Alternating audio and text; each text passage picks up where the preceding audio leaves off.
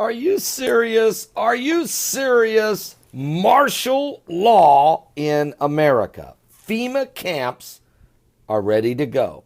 And now a new proposal for an executive order to give assigned, look, this is a new proposed measure, assigns power of martial law to the executive branch of the United States of America. Mitch McConnell, the majority leader of the Senate, a Republican, sneaked into a resolution known as the Authorization for the Use of Military Force. He did this Wednesday night as everyone was bracing for Blizzard Jonas. And everyone had to get home, afraid they were going to get caught in the storm, not be able to get back home. Washington was shutting down. He decided this is the time to slip in a resolution to give executive powers full authority to assign the power of martial law to the President of the United States. Now, this proposed is to authorize, the purpose of it is exactly why, is this proposal is to authorize the President to fight ISIS, they say, though in some ways it will limit the next president. By what is noteworthy about it is the fact that it does not limit his reach in terms of geography. The fear is that it allows martial law.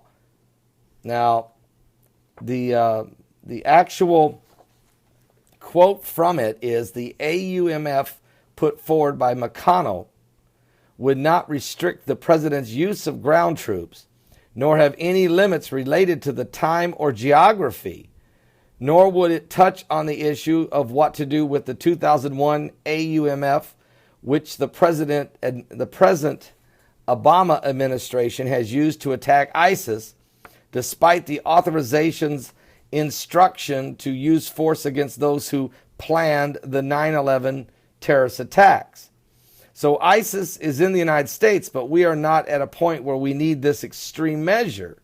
Why give this power to this White House? And the AUMF, known as the Rule 17, has not been placed on the calendar, which means it could come up at any time and will. It's being fast-tracked, folks.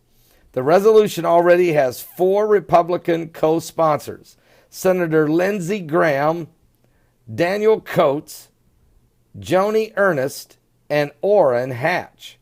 Now, some Democrats were critical of even the president's own draft of the AUMF, warning that they need additional restrictions from the administration on troop levels and geographic boundaries before they could just support any authorization of a Defense One.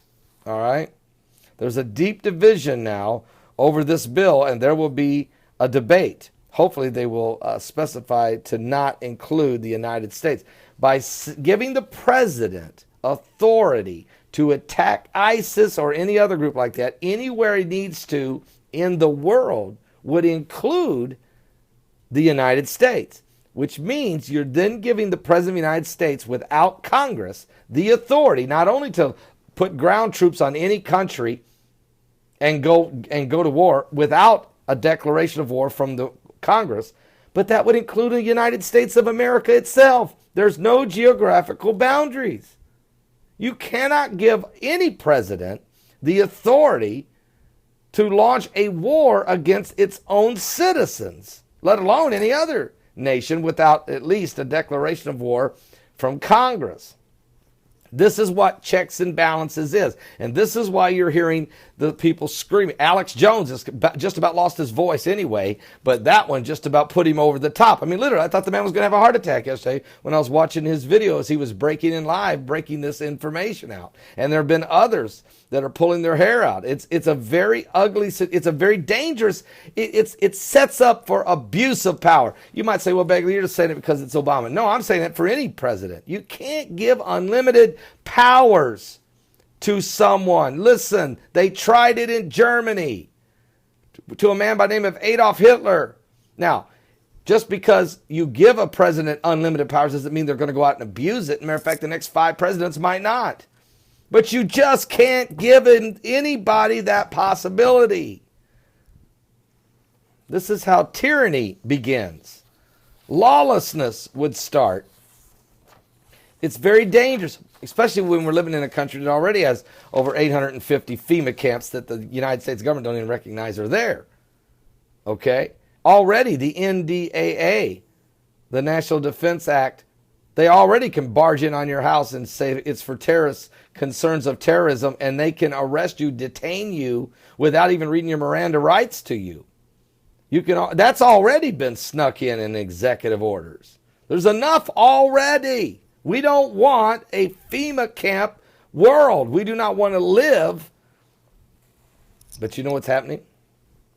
Is we're seeing, inch by inch, we're seeing a process of a development to set the world up for the beast that will rise in the Bible, the new world order, the one world government. It is going to rise. It's in your Bible in Revelation chapter 13. You can read it for yourself. We know that this beast will rise. It will have an antichrist and a false prophet, and there will be a system that helps implement the mark of the beast, an identification system. It's all there, and it's coming. And every time you see another move, a shift of powers, they did the same thing in Germany in 1938 when they gave the Fuhrer full authority. Actually, in 1933, they did away with their old constitution and gave him the power. By 38, he was the Fuhrer. He was no longer the chancellor. He was no longer the chancellor or the president of Germany. He was the Fuhrer.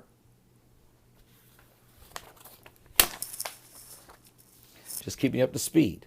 All these things apocalyptically are going on. Signs in the heavens, earthquakes in Alaska, blizzards of biblical proportions in the East Coast, wars, rumors of wars. There's also a shift going on in Washington and every major nation of the world through this immigration process, through the tearing down of the borders and tearing down the societies and getting prepared for a containment, a citizen containment. A citizen containment. Go look that word up. That's what Hitler did with the ghettos. It's called citizen containment. And it's to start locking down of the freedoms of the people. It's a dangerous thing. We don't want to have it. Give your life to Jesus Christ, folks. We're going to talk about it tonight. We have to talk about it. Tonight, on my live broadcast, starts at 7 p.m. Eastern. 7 p.m. Eastern. Don't be late. Be at my website at www.paulbegleyprophecy.com.